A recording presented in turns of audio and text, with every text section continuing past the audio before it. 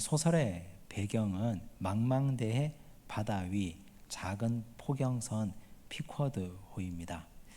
피쿼드호를 이끌고 있는 선장은 A 허브라는 사람인데 이분은 사연이 있습니다. 흰머리 고래에게 한쪽 다리를 잃었습니다. 그때부터 피쿼드호의 선장인 A 허브는 항상 흰머리 고래만 쫓아다닙니다.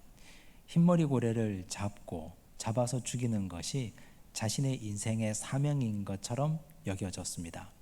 대서양을 돌아다니고 대서양을 지나 희망봉을 돌아 인도양으로 또다시 태평양으로 전 세계 바다를 돌아다니며 흰머리 고래를 사냥합니다. 그 과정에서 죽을 뻔한 고비도 여러 번 넘겼습니다. 그뿐만 아니라 그와 함께한 선원들까지. 이건 살아도 사는 것이 아닙니다. 자기중심적이고 막무가내이고 광기 어린 집착을 보이고 있습니다. 하지만 배에는 이분과 정반대의 대척점에 서 있는 사람도 있습니다. 1등 항해사인 스타벅이라는 사람입니다. 그 사람은 이성적이고 합리적입니다. 선원들의 권익을 대변해 줍니다. 그렇게 하시면 안 된다고, 당신의 욕심 때문에 우리 선원들 전부 다 죽을 수도 있다고 뜯어 말리고 때로는 싸우기도 하지만 그러나 막무가내입니다. 그러던 어느 날 흰머리 고래를 발견하고 작살을 쏩니다. 작살에 맞은 흰머리 고래가 배를 거대한 힘으로 들이받습니다. 작은 배는 뒤집히고 선원들은 모두가 바다에 빠져서 수장되는 걸로 소설은 끝을 맺습니다. 비극적인 결말입니다. 이 소설에 나오는 에이허브라는 선장과 1등 항해사 스타벅, 이 사람은 소설에 나올 뿐만 아니고 오늘 우리가 살아가는 삶에도 항상 존재하는 두 세력입니다. 자기중심적이고 남의 말을 듣지 않고 자기 감정적으로 행동하고 자신뿐만 아니라 공동체 전체도 위기와 위험에 빠뜨리는 그런 사람이 존재합니다. 반면에 이성적이고 합리적이며 마음이 따뜻하고 그리고 공동체를 위해주는 스타벅 같은 사람들도 있습니다. 오늘 읽은 하나님 말씀 본문에도 두 부류의 사람이 등장합니다. 하나님의 아들들과 사람의 딸들입니다. 오늘 이 말씀을 통해서 우리는 어느 부류에 속해 있는지 우리의 소속과 신분을 밝히고 찾아가고 과연 하나님께서 원하시는 우리의 삶의 방향과 의무와 의미는 무엇인지 말씀을 통해서 깨닫는 은혜의 시간이 되었으면 좋겠습니다. 1절과 2절을 보십시오. 함께 읽습니다. 사람이 땅 위에 번성하기 시작할 때에 그들에게서 딸들이 나니 하나님의 아들들이 사람의 딸들의 아름다움을 보고 자기들이 좋아하는 모든 여자를 아내로 삼는지라. 하나님의 아들들도 나오고 사람의 딸들도 나옵니다. 그런데 이 말을 우리가 문자 그대로 받아들여야 될 것인가, 아니면 이 말씀 뒤에 숨겨진 또 다른 의미가 있는 것인가? 우리가 하나님의 아들들은 누구이며 사람의 딸들은 누구인지를 명확하게 이해하려면 4장 후반부에 나오는 족보와 5장에 나오는 족보를 충분히 알고 있어야 됩니다. 4장 후반부에는 가인의 후손 가인의 족보가 나옵니다. 가인은 살인했습니다. 하나님의 거듭되는 회개 요구도 걷어찹니다. 에덴 동편 롯 땅으로 떠나서 거기다가 성을 쌓았습니다. 하나님과 완전히 단절하고 자기만의 세계를 구축했습니다. 그리고 자손을 낳습니다. 예배드리지 않습니다. 신앙교육을 하지 않습니다. 가인의 자손 중에 라멕이라는 사람이 태어나는데 라멕은 참 특별한 기인이었습니다. 그는 하나님께서 주신 가정 공동체의 모든 질서를 다 파괴했습니다. 그리고 그는 살인자였습니다. 자신의 작은 상처 때문에 사람을 죽였습니다. 그걸 예사로 여겼습니다. 라멕은 또한 문명의 이기를 발전시켰습니다. 라멕의 자손들은 풍류와 수금과 퉁소를 즐깁니다. 각종 기구로 문명을 발전시켰습니다. 그들이 바로 가인의 후손들입니다. 가인의 후손들을 정리하는 키워드는 강함입니다. 하나님 없이 살아가는 자들, 예배 없이 말씀 없이 살아가는 자들, 자신의 강함을 강조합니다. 강함을 드러내려고 합니다. 강한 자가 살아남는 것이고 살아남는 자가 강한 것이며 그 강함은 세상을 지배하는 권력이 된 것이라고 그들은 그것을 끊임없이 내세웁니다. 성경은 이런 가인의 후손을 사람의 딸들이라고 표현합니다. 반면 창세기 5장에 보면 아담의 계보가 나옵니다. 하나님께서 아담과 하와에게 가인과 아벨을 주셨는데 하나는 세상을 일찍 떠나고 하나는 하나님 앞을 떠났습니다. 하나님은 그들에게 다시 셋을 선물로 주셨습니다. 아담과 하와는 셋을 하나님 앞에서 잘 길렀습니다. 믿음으로 양육했습니다. 그가 자라서 결혼합니다. 자신의 신앙의 고백으로 자녀를 낳아서 에노스라고 이름 짓습니다. 에노스는 연약함이라는 뜻입니다. 약해서 연약함이라고 지은 것이 아니라 하나님 앞에서 연약한 존재인 것을 고백하고 하나님께 예배드리는 인생이 되었으면 좋겠다는 셋의 신앙 고백이 아들의 이름에 그대로 드러나 있습니다. 아버지의 신앙 고백대로 에노스는 신앙 공동체와 믿음의 공동체를 형성합니다. 비로소 여호와의 이름을 불렀더라. 에노스 때부터 예배 공동체가 형성되었습니다. 그때부터 아담의 계보는 예배 공동체로서 하나님께 영광을 올려드립니다. 이 아담의 계보에 속한 사람 중에 대표적인 사람이 에녹이었습니다. 에녹은 300년 동안 하나님과 동행했습니다. 하나님과 300년을 동행하려면 300년을 자기 부인을 하고 살아야 됩니다. 자기 생각과 자신의 의지와 자신의 욕망을 다 내려놓고 오직 하나님께서 가라고 하면 가고 서라고 하면 서는 그 생활을 그는 300년 동안 해갔습니다. 낳고 살고 죽었더라의 삶을 에녹은 믿음 안에서 잘 이루어간 하나님의 자녀였습니다. 그들이 바로 아담의 자손이고 성경은 그 아담의 예배 공동체에 속한 사람들을 하나님의 아들이라고 표현하는 것입니다. 그러면 양극단의 사람이 존재하지 않습니까? 하나님의 아들들과 사람의 딸들. 하나님의 아들들의 사명이 무엇입니까? 하나님께서 원하는 것이 과연 무엇입니까? 하나님의 아들들은 예배 공동체를 잘 지키며 믿음 생활을 성실히 해가며 가인의 후손들을 예배 공동체로 인도해야 되는 사명과 의무가 있는 자들입니다. 이 사명을 받은 자들이 하나님의 아들 아담의 후손들입니다. 그런데 하나님께서 원하시는 대로 하나님의 아들들이 그렇게 살았느냐? 그렇지 못했습니다. 2절을 보십시오. 함께 읽겠습니다. 하나님의 아들들이 사람의 딸들의 아름다움을 보고 자기들이 좋아하는 모든 여자를 아내로 삼는지라. 여기 동사가 3개가 나오는데 보다, 좋아하다, 삼다라는 동사입니다. 보다라는 동사는 히브리어 라아인데 이건 그냥 스쳐보다, 마음을 두지 않고 보다 이런 뜻이 아닙니다. 세밀하게 관찰하다, 마음을 담아서 면밀히 살피다라는 뜻입니다. 하나님의 아들들이 사람의 딸들의 아름다움을 면밀하게 살폈습니다. 보는 것이 이렇게 되니까 그들이 그것을 보고 그 다음 좋아하게 됩니다. 좋아하다라는 의미는 바하르라는 단어를 쓰고 있는데 이 단어는 그냥 마음에 품었다는 뜻이 아닙니다. 이미 마음에 결정하고 선택했다는 뜻입니다. 나는 이쪽을 선택하겠다 결정했다는 뜻입니다. 마음에 결정하면 그 다음 행동은 당연히 따라오는 것 아닙니까? 취하다, 아내로 삼다. 이 말은 라카흐라는 단어입니다. 그래서 보고 좋아하고 삼는 것은 바로 연속선상에 있습니다. 보는 것이 무너지면 좋아하고 삼는 것은 시간 문제입니다. 오늘 하나님의 교회 공동체, 하나님의 아들들은 보는 것을 주의해야 됩니다. 하나님께서 교회 공동체 성도들에게 요구하신 것은 보는 것이 아니라 듣는 것입니다. 예수님이 말씀하셨지 않습니까? 귀 있는 자는 들을지어다.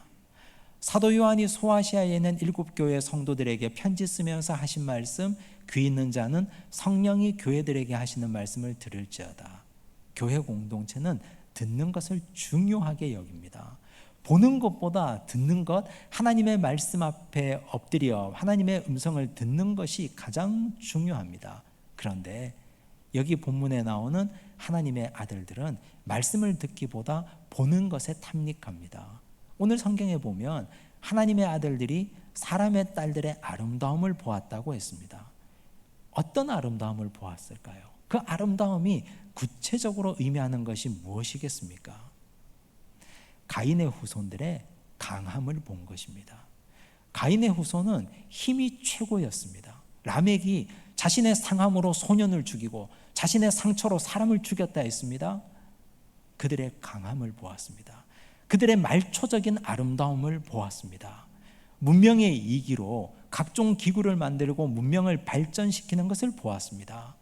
수군과 퉁소로 풍악을 울리고 문명을 발전시키고 인간의 말초적인 감정을 끌어올리는 것을 아름답게 본 것입니다. 동시에 하나님 앞에 예배드리고 있는 자신의 모습을 보니 초라하기 그지없습니다. 비루해 보이기까지 합니다. 우리 부모 세대가 하나님 앞에 예배드리면서 자신의 연약함을 인정하라고 했는데 나는 돈도 없고 명예도 없고 권력도 없습니다. 풍류와 멋을 아는 재능도 없습니다. 문명을 발전시키지도 못했습니다. 그런데 가인의 후손을 보니까 그들은 힘이 있습니다. 권력이 있습니다. 물질이 있습니다. 그들은 멋이 있습니다. 아름답게 장식하고 그들은 힘을 과시하고 살아갑니다. 이것이 세상에서 가장 아름다운 모습처럼 보인 것입니다. 그 때문에 그들은 그 모습을 사모하고 사랑하게 되었고 예배 공동체를 뛰쳐나왔습니다.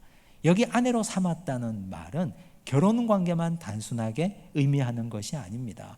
예배 공동체를 뛰쳐나와서 하나님의 백성들이 세상과 동화되었다는 말씀입니다. 하나님의 자녀가 예배 공동체를 지키며 그 자리에서 하나님 말씀대로 살아야 했음에도 불구하고 그것을 지키지 못하고 그 자리를 뛰쳐나와서 세상과 동화된 이 슬프고 아픈 이야기를 이렇게 표현한 것입니다.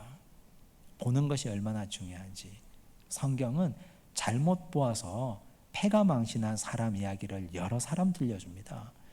그 중에 대표적인 사람이 삼손입니다. 삼손은 나실인입니다. 하나님의 선택을 받은 사람입니다.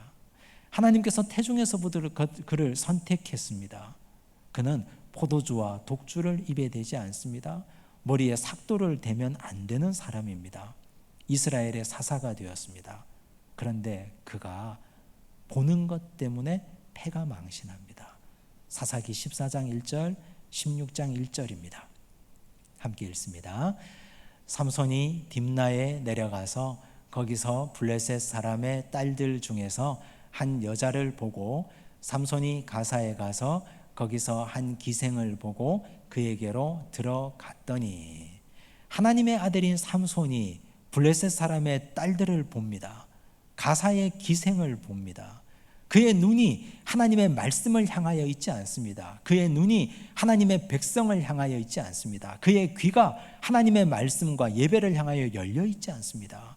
하나님의 음성을 들어야 되는 사사가 여인에게 마음을 빼앗기고 시선을 빼앗기고 눈이 빼앗겨 있습니다. 그 때문에 그는 사사로서의 사명을 감당하지 못합니다. 그 자신 혼자만 망한 것이 아닙니다. 그가 이스라엘의 사사였기 때문에 이스라엘 공동체 전체가 큰 위기에 빠졌습니다. 피커도의 선장 에이허브 한 사람 때문에 그 선원들 전체가 바다에 빠져 수장된 것처럼 오늘 삼손 한 사람 때문에 이스라엘 공동체 전체가 큰 위기에 빠지게 된 것입니다.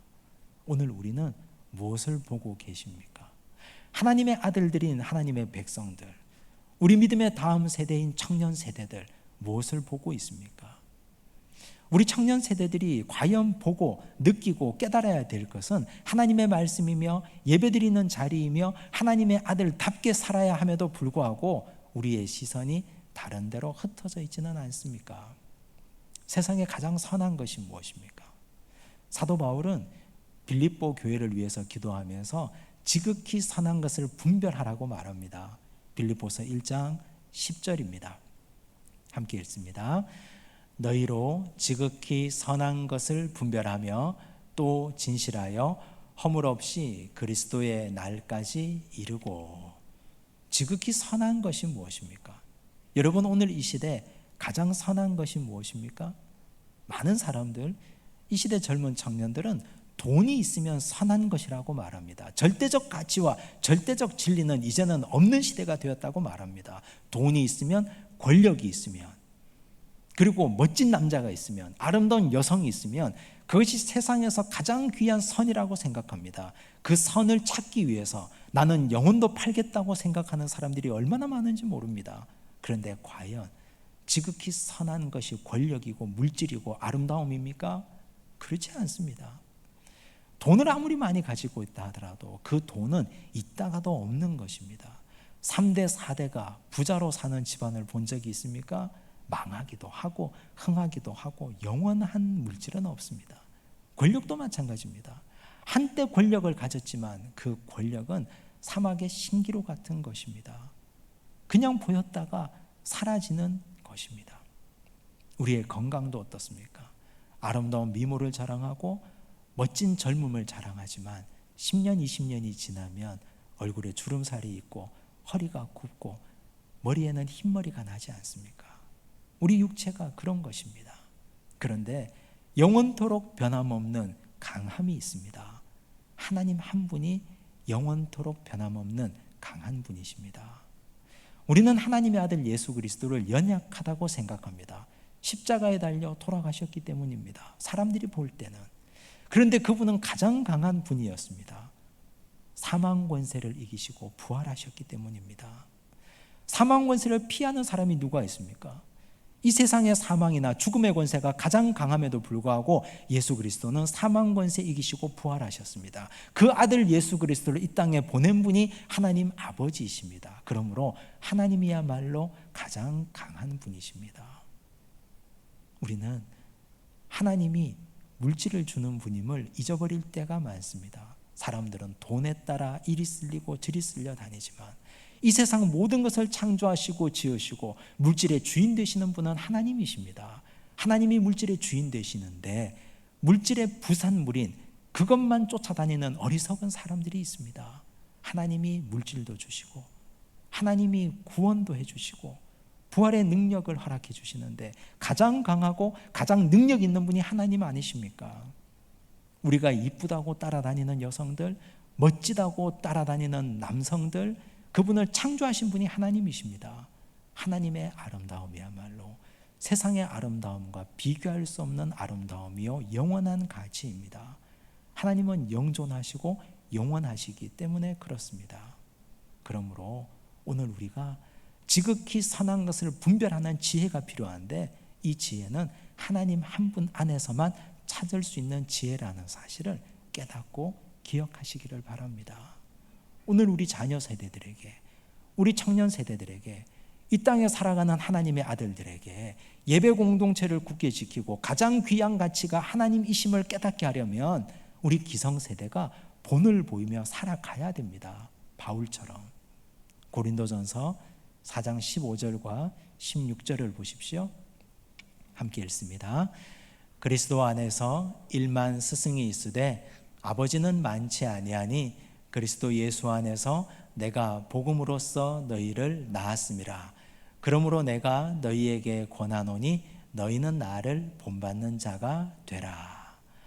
바울은 로마 시민권을 가진 사람이었습니다. 학벌도 아주 좋은 사람이었습니다. 그런데 그가 예수 그리스도를 만나고 나서 이 모든 것을 배설물로 여겼다고 했습니다. 사람들이 그를 핍박하고 사람들이 그를 사람 취급하지 않아도 그가 만물의 찌꺼기 같이 되어도 그는 아랑곳하지 않는다 했습니다. 왜냐하면 가장 귀한 분, 가장 강한 분 하나님을 모시고 예수 그리스도를 보배같이 그가 소유했기 때문입니다. 그랬기 때문에 그가 세상에서 가졌던 것은 다 배설물이었습니다. 그리고 그는 그의 삶의 모범을 그렇게 보여주고 살아갔습니다. 그렇게 살아갔기에 성도들에게 너희는 나를 본받는 자가 되라고 강력하게 권할 수 있는 것입니다. 우리 부모 세대가, 믿음의 기성 세대가 우리 청년 세대들에게, 교회 공동체 어린 학생들에게, 가정의 자녀들에게 너희는 나를 본받는 자가 되라고 말할 수 있습니까? 우리야말로 강하고 능력 있는 하나님만 붙들고 하나님의 아들들답게 살아갔다고 자부할 수 있습니까? 만약 우리가 그렇게 살아갔다면 우리도 나를 본받는 자가 되라고 권할 수 있을 것입니다. 부디 그렇게 너희는 나를 본받는 자가 되라고 권할 수 있는 믿음의 길을 걸어가는 하나님의 아들로서의 사명을 잘 감당하는 믿음의 백성 되시기를 간절히 바랍니다. 하나님의 희망은 가인의 후손에 있지 않습니다. 가인의 후손은 이미 하나님을 떠나서 예배 공동체를 떠난 자들입니다. 하나님의 희망은 하나님의 아들들에게 있습니다. 예배를 드리고 신앙교육을 하며 하나님 안에서 뿌리 깊게 살아가는 자들, 그들이 바로 하나님의 백성들이요 하나님의 희망입니다. 그런데 그런 자들이 예배 공동체를 박차고 나가서 사람의 딸들의 아름다움에 취했습니다. 하나님이 가슴 아파하시고 하나님이 실망하십니다. 하나님의 실망을 이렇게 표현하십니다. 3절을 보십시오. 함께 읽습니다. 여호와께서 이르시되 나의 영이 영원히 사람과 함께하지 아니하리니 이는 그들이 육신이 됨이라. 그러나 그들의 날은 120년이 되리라 하시니라. 그들이 육신이 되리라 말씀하셨습니다. 무슨 의미입니까? 원래 사람은 육체 아니었습니까? 그런데 하나님이 그들이 육신이 되리라 하신 말씀은 하나님의 영이 더 이상 그들과 함께하지 않을 것이라는 선언입니다. 하나님은 인간을 특별하게 창조하셨습니다. 하나님의 형상으로, 하나님의 사랑과 그리스도의 순종과 성령의 거룩하심으로 창조하셨습니다. 흙덩이에 불과했던 인간에게 하나님은 생기를 불어넣어 주셨습니다. 살아 움직이는 거룩한 영, 생명이 되게 해주셨습니다. 그러므로 우리가 살아간다는 것은 육체로만 사는 것이 아닙니다. 우리의 영으로 사는 것입니다. 밥 먹고 산다고 다 사는 것이 아닙니다. 우리의 영이 살아야 우리는 살아있는 존재임을 확인받는 것입니다. 여러분이 살아있음을 언제 느끼십니까? 하나님의 아들들은 예배드리면서 우리가 살아있음을 확인합니다. 찬양하며 내 영이 기뻐하며 하나님과 소통하고 호흡하며 우리의 살아있음을 확인합니다. 기도하며 내가 하나님께 내 답답한 마음을 아뢰 때 하나님께서 우리의 마음을 어루만져 주시며 내가 살아있음을 확인받습니다. 말씀 들으며 내 영이 살찌며 내가 또한 살아있는 존재임을 확인합니다. 밥만 먹고 산다고 사는 것이 아닙니다.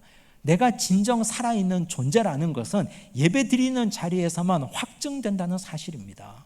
그런데 하나님의 아들들이 예배 공동체를 박차고 나와서 사람의 딸들의 아름다움을 보고 그들을 좋아하고 그들과 동화되는 인생을 산다면 하나님은 그들을 보실 때 이제는 나의 영이 영원히 너희와 함께 있지 아니하리니 너희는 살아있으나 산 자가 아니로구나.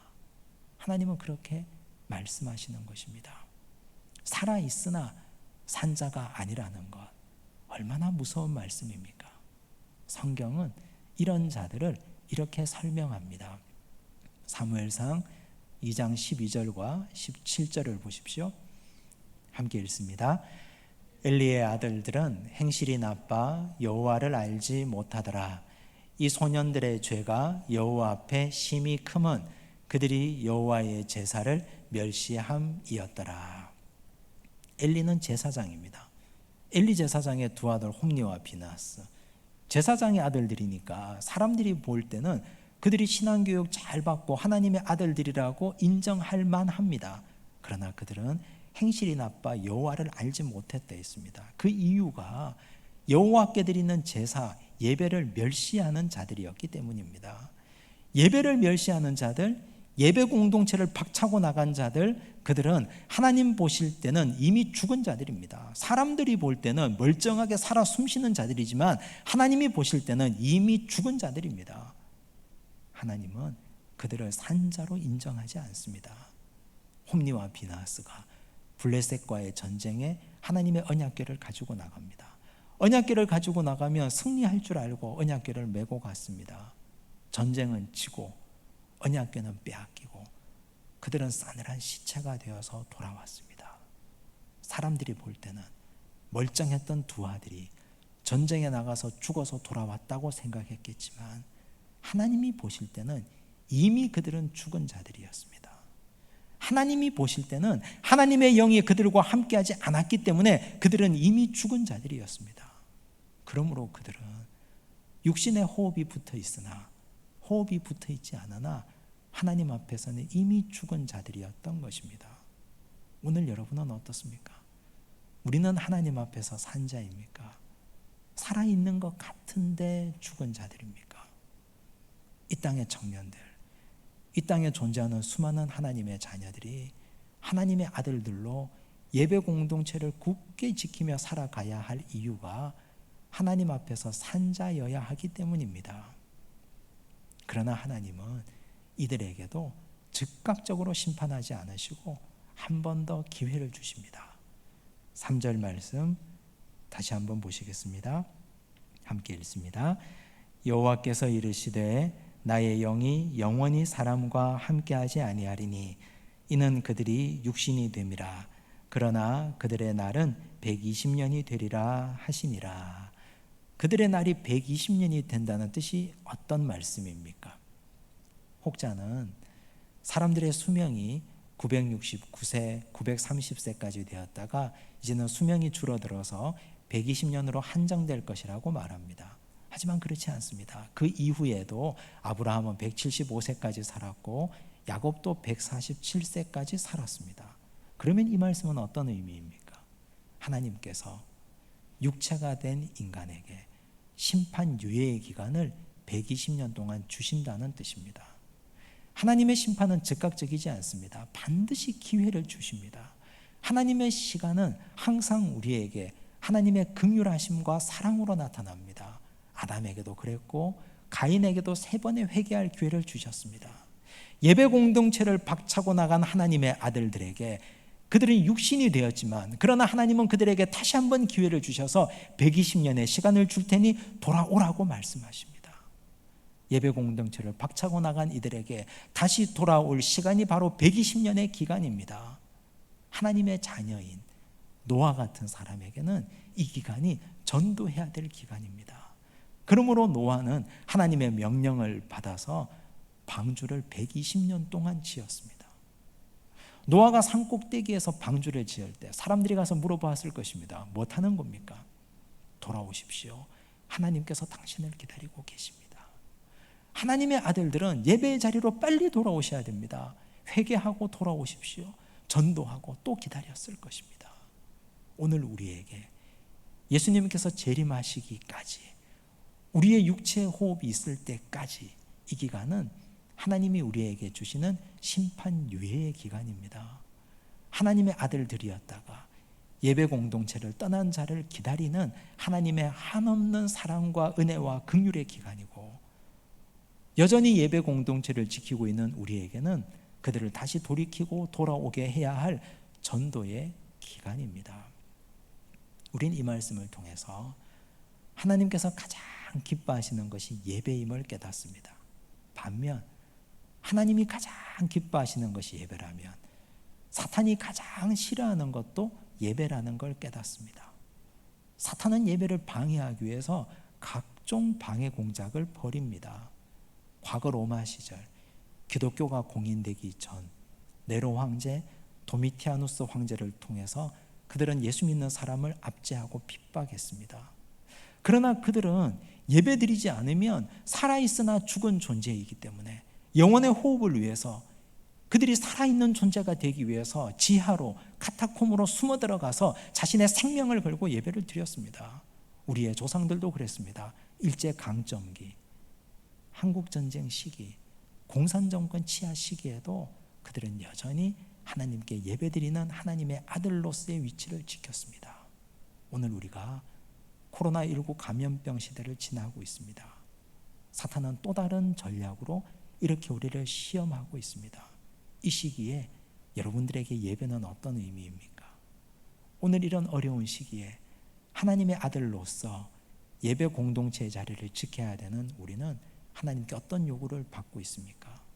부디 하나님께서 기뻐하시는 참된 예배 공동체를 지켜나가는 하나님의 아들들로 살아가시고 결단하시고 여전히 아직 돌아오지 않는 이들을 위해서 전도하고 기도하시는 믿음의 백성들 되시기를 간절히 바랍니다. 기도하겠습니다. 하나님 아버지, 감사합니다. 우리를 예배 공동체의 자리로 불러주시고 하나님의 아들이라고 말씀해 주시니 감사합니다.